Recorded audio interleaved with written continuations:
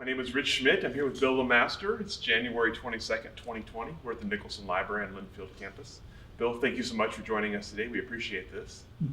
Let's start with, we're going to talk about Linfield football today, but we're going to start kind of before that. So tell us a little bit about your background, where you grew up and your kind of early life. Well, I was born in Nebraska in 1937. We moved to Oregon in 1942.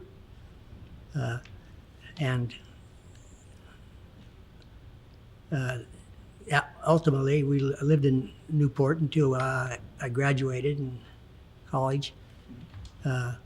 So I was from Newport. The reason I got involved with Linfield is two of my coaches, Leroy Merchant and Jess Edwards, were Linfield graduates, and they sort of leaned me toward Linfield. Tell me about your sort of first impressions of Linfield when you got here and of McMinnville. Well, I'm not sure if I got down in the main town of Linfield much, McMinnville my first year.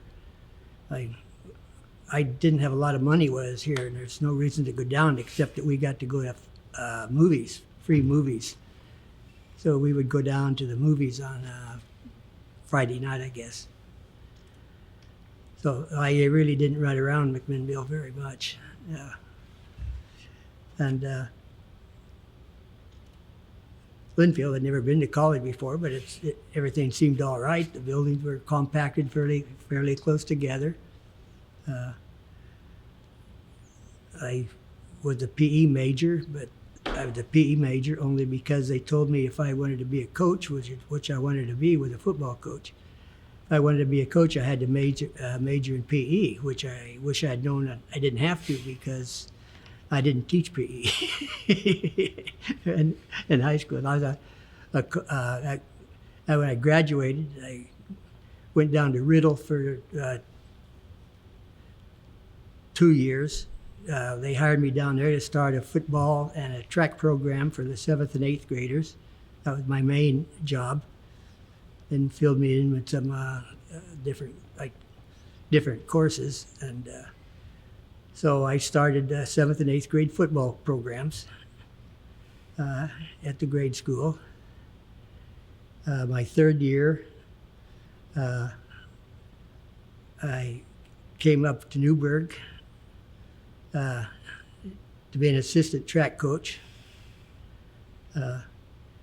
I taught 1 year, and another friend of mine who was a football player, Bill Cotman, we were very good friends, and I ran around with him quite a bit.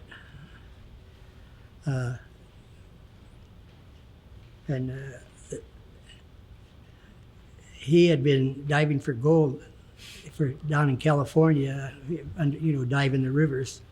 So we went down there the summer before my third year of teaching, diving.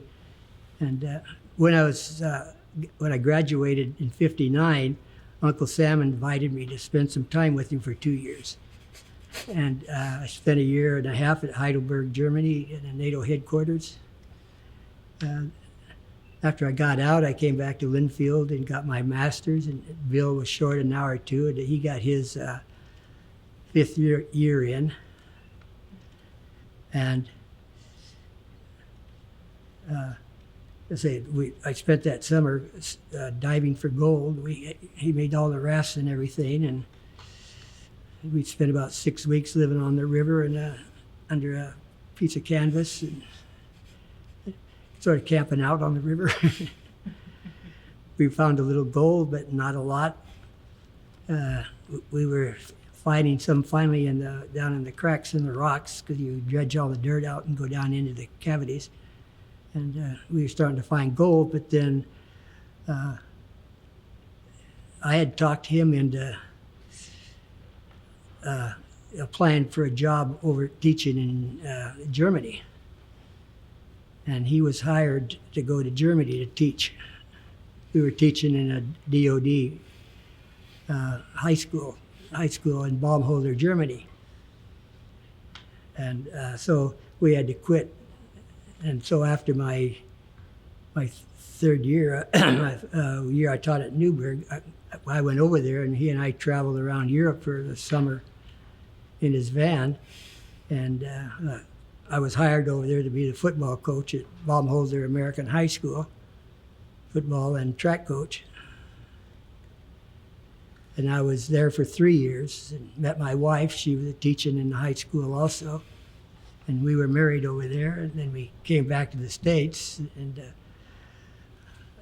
I knew people at the Newburgh High School. My third year over there, I sent a telegram and offered me a job teaching in Newburgh, teaching math in Newburgh.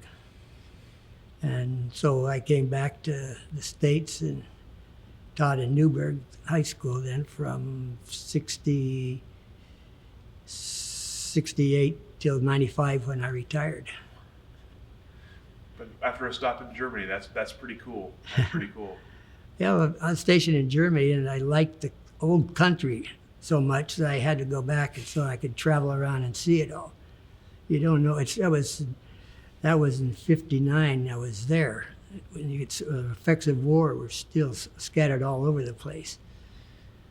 And so it was, but you saw all the old stuff, what it was 200 years ago in a lot of areas. And I developed a big interest in it, and then that's why I went back the second time, and when I was hired to teach over there, so I could travel more and travel around. And I've probably crisscrossed Europe many times, going to different countries.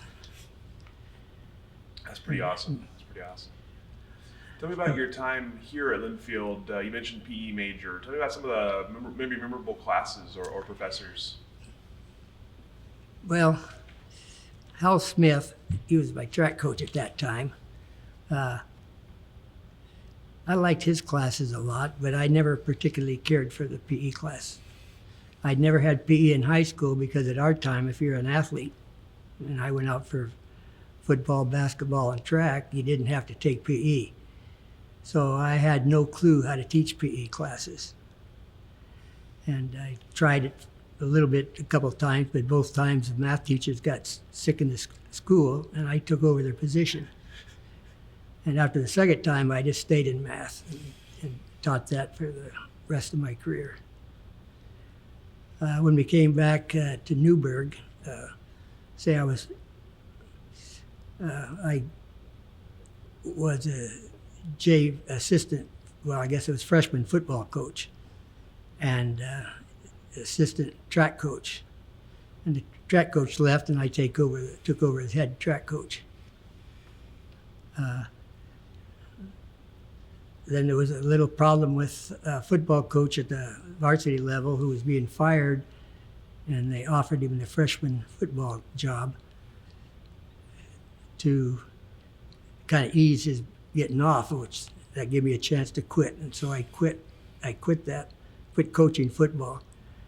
And I was at the point that I had a family with 2 kids, and didn't want to spend all my time prepping for football games. So I became the cross-country coach. And I coached cross-country coach till about 1992.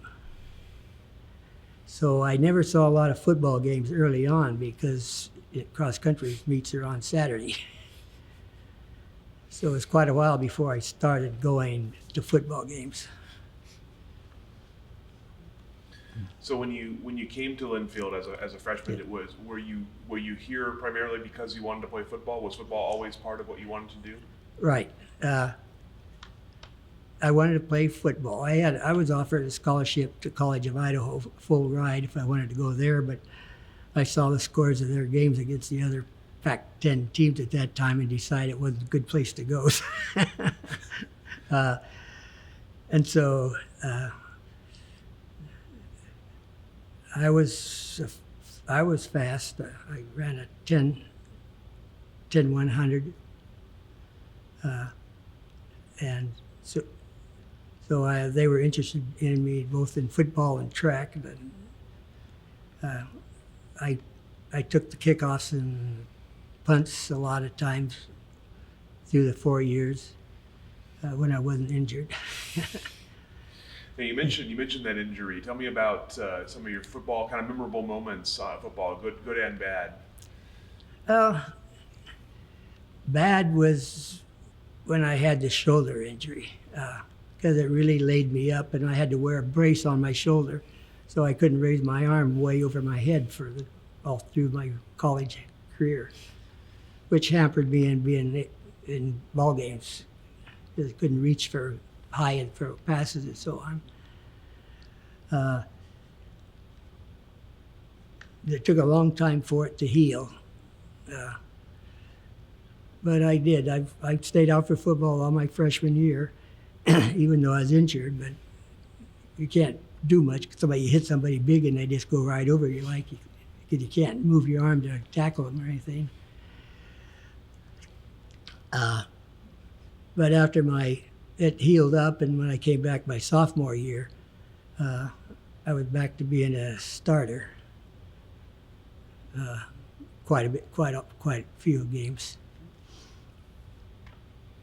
So your freshman year was 1956 when... Like 55. 55, okay. Right. So tell me about the 56 season and what you remember from that. Well, I think Coach Durham started going to clinics, and he came back with a totally different viewpoint on the offense that we ran, and that's when we started winning. And then he kept going to clinics over the years, and we got better and better, and we started bringing in better and better kids. So we become pretty competitive. So the league title in 56 was the first in a couple of decades for Linfield. Do you remember what that meant to the team, how that felt? Well, I mean, you're glad when you have a winning season like that. You win the conference. Said my freshman, my sophomore year, I was just there. I didn't get to go to any of the playoff games because of my injury. I didn't play, wasn't ranked high enough on the roster. And I guess we went to, the Camellia Bowl, maybe one of those years, down in California somewhere.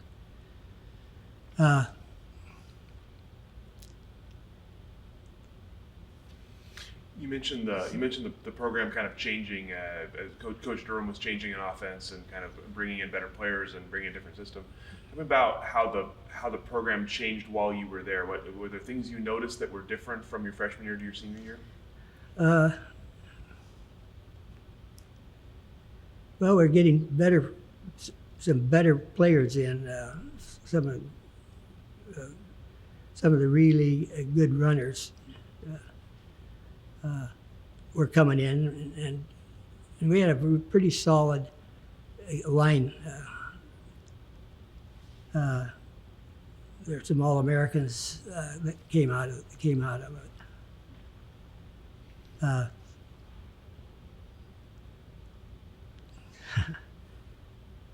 Can't think of anything. Tell me about Coach Durham and what you remember. Do you have an initial impression of him, or do you have like an early memory of meeting him? Other than that, he was a coach, and I accepted him as a coach, and he was different from anybody I'd had as a coach. How was that? Well, he wasn't engaged as much in showing things. Assistant coaches, there are a lot of assistant coaches that were fifth-year football players that are guys that had come back for their fifth year that were coaching. I think I can't think of their names right now.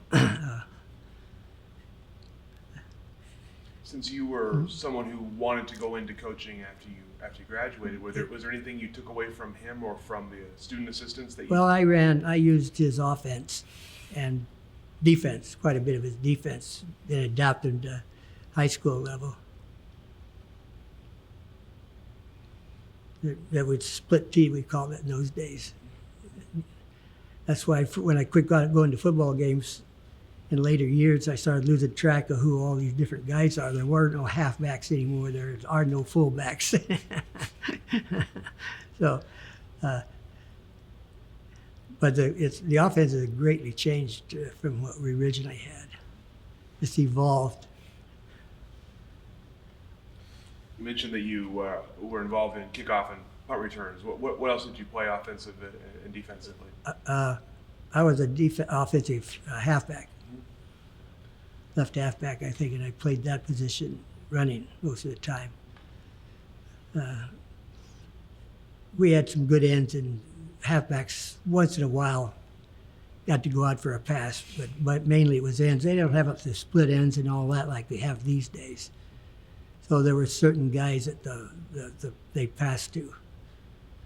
I said because of my speed, they had me on kickoff returns and punt returns.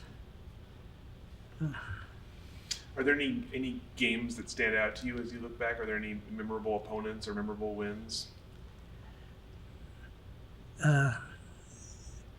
Well, we played the Seattle Ramblers, which is a semi-pro team out of Seattle. These guys are old football players that played for college teams and so on, and they were huge. And I remember we playing them once, and both ends were like defensive ends were like 6'8". I hit one of them right at the low down on his legs that would have knocked a defensive end down, and he reached down with one arm and grabbed my shoulder pad, stood me up and said, "Nice try." And I was tackled in one of the two games we played against them by like 5 of them, and I never even felt it. So just because they were huge didn't mean they were going to brutalize you like they do in today's football. But they were close games. I mean, we beat them maybe once, but the scores weren't very big, 7 to 18 or something like that. So. You mentioned being a little while after you graduated before you kind of got back to watching football because of your cross-country coaching. Tell me a little bit about what it's like following Linfield football now as an alum and what it's been like watching the program grow over the years. Well, I watched, once I got started, I bought, season tickets, and I see all the games now, unless for some reason I can't. But it's interesting to follow them. Mainly the big thing now is over the years is when they had seasons where they had to win the last game in order to maintain the season. And so the whole stands and everybody there would be an edge when they're down by a touchdown or two in the second half, and pull it out. So that's what keeps people coming back, I think. And I run into a lot of guys that I played football with that come to these games also. Paul Ward, Bob Flood. But I got into it. My kids got into it. Son Mike got into it because he now comes to the Linfield games and he has a Linfield hat. You want him over. So tell me about the streak. Obviously, you're part of the team that started the streak. We're at 64 years into it now. Tell me about at what point that became something you were aware of and kind of followed. Well, we knew we won in the streak going on for about the first 3 years that we won the conference, 2 of the years. But I don't know, it must have got up into the 15, 20, somewhere up in that area before really become aware of it. But that's when, I might go to see a game now and then when I didn't have a track cross-country meet. And everybody in the stands would be sitting there on their hands when the fourth quarter was coming to an end and they weren't necessarily leading. So I guess that's when we started becoming really aware of it. And then the more wins they got, the more we became aware of it. So what does it mean to you to have been part of the start of that? What does it mean to you to watch it still going? I got my hat. And we saw your Christmas present that you get every year with the updated Yeah, years. my son, they donate. Rather than buy me a present, because if I want something, I buy it. So they started doing that in honor of giving me a present. They donated to the Top Cat Club.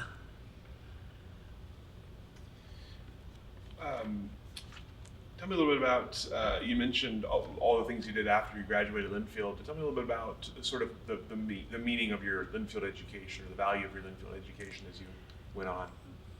Well, my master's was in education. In my graduate year, we had very poor, as far as I'm concerned, education teachers. And I consider basically it a waste of my time. We didn't apply anything I learned basically in those years to anything I did in teaching.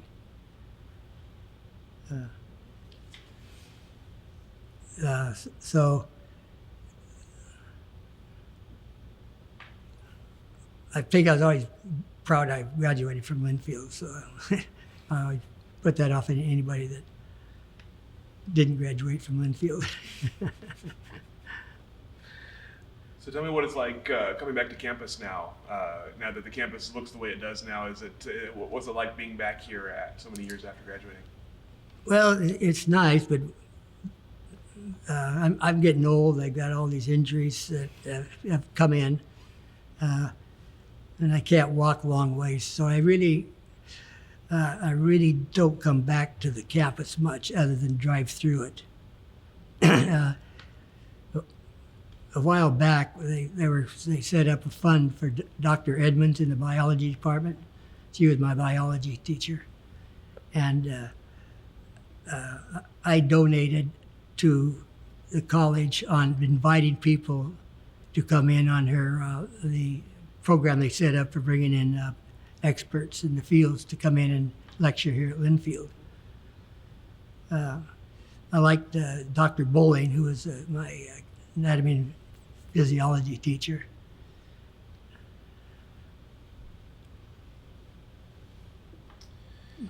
So as you kind of look back on your time at Linfield as a football player, what would you want other people to know about that era of Linfield College or of Linfield football? Oh, I guess that we started the streak. Different, there are always some strong teams in the conference, and just like they are now, you never know who's going to win each year. With Whitworth or Whitman, Whitworth. With Whitworth, well, Willamette used to be a powerhouse. So, lost my track of thought. Sort of like what do you talking about that you started the streak, that era of Linfield College? If there's anything else you want people to sort of know about that or to remember about that? No, it's a change.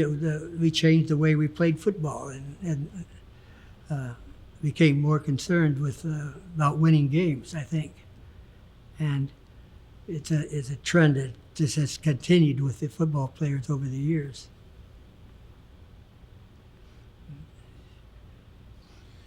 So as you look into the future for Linfield, do you have what do you hope for the future for the college and for the football program? Well, I donated some money a couple of years ago to the construction of the new science building. I think they needed it, and they needed it when I was here because we were so far back in the white wilderness with our facilities. And I understand that they've got a couple 8-figure donation or 7-figure donation people. I have some stock that I can't do anything with, and I'm waiting for them to come out with somebody will match what I give, so I can give them a lot of stock to use in building that science building. I won't mention what the stock is, but bought it when didn't cost anything, and A shrewd investment, it sounds it's a like. shrewd investment. What about for Linfield football as they look to the future? Obviously, it's been continuously successful, and Yeah. a lot of. What do you hope for in the future? Well, I think they need to get bigger, faster linemen, because when we go into the playoffs and start playing the Eastern teams, we have trouble because the linemen aren't big enough. They're fast, but they're not big enough to compete against those 300-pounders that some of these colleges pick up. The one team, I can't remember which one it was now, which a perennial Division III winner, they took them off and said they couldn't play Division III games anymore because they were a Division I football team. And Linfield, and again, I can't blame it. The coaches get what they can. But my thought is that they need to get these big, fast guys. And they're getting some that are. But they can compete in our conference pretty well. But against the Wisconsin team and a couple of those, it still comes down to even whoever wins the championship have got big, fast linemen, offensive and defensive. But that's just part of what you can do for getting your kids. I don't blame it against Linfield. It's where you are. They're back where there's a lot of kids playing football. So, Kevin, Tell Rich about the equipment you guys had back then. What were your helmet and pads like? Well, I think our pads were twice as big as what they're wearing these days. Had big shoulder pads, but they started buying some better pads as the years progressed that we had. Some of our pads were pretty old when I originally started playing.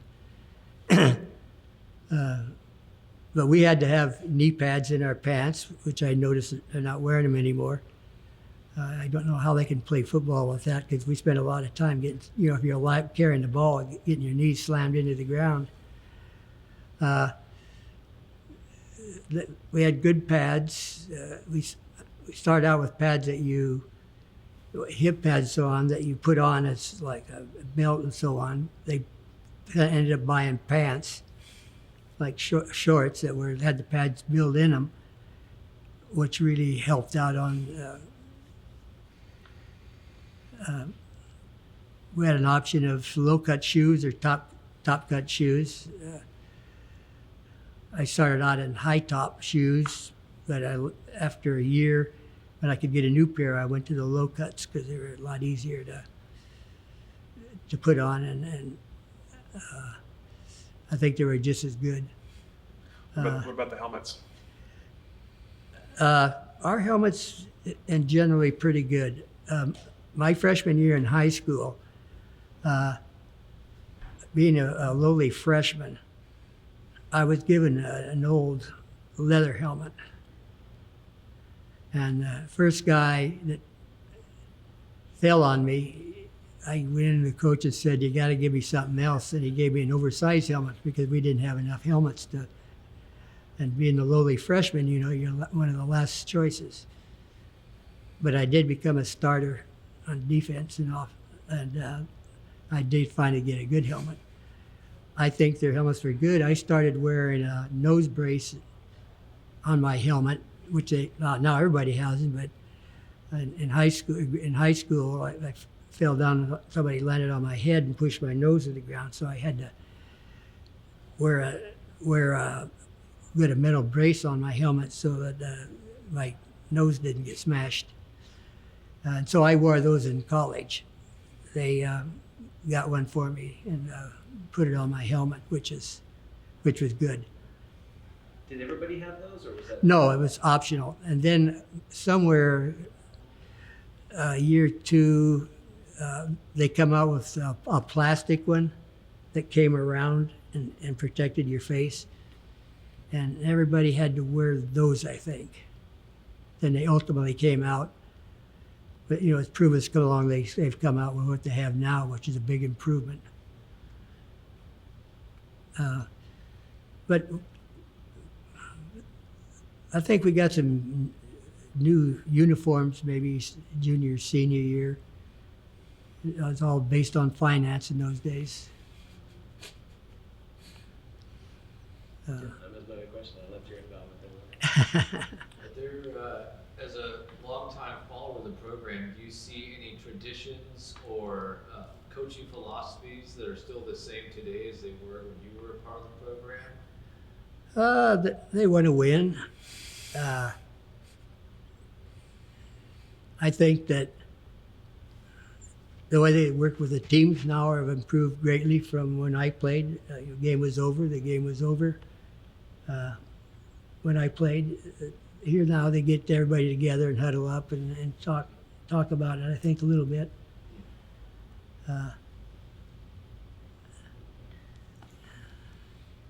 Still fun to beat Willamette, though, right? Right. Well, I expect that now. I mean, they're really bad now. Lewis and Clark is tough on and off. College of Idaho back in our days was one that sometimes we had hard time beating them. They had two ends that were their star basketball players that went on, I think, maybe played pros that played on their team, and we just couldn't stop them. So they beat us once or twice. One game, whether you want this on there, we were playing C of I on the field, and we were complaining about the referee, and the ref stuck his head in the huddle and said, "If I hear anything from out of you, will kick you out of the game." And the alcohol was just coming out of his breath. So I kind of quit complaining to him. I think there's times I think the refs are drunk too. That's true, yeah. I mean, not change. Well, that's all the questions we have for you, Bill. Thank you so much for joining us today, for sharing your... Well, I didn't know what I was going to say. Perfect. You did great, and we really appreciate it. And we'll go ahead and let you off the hook.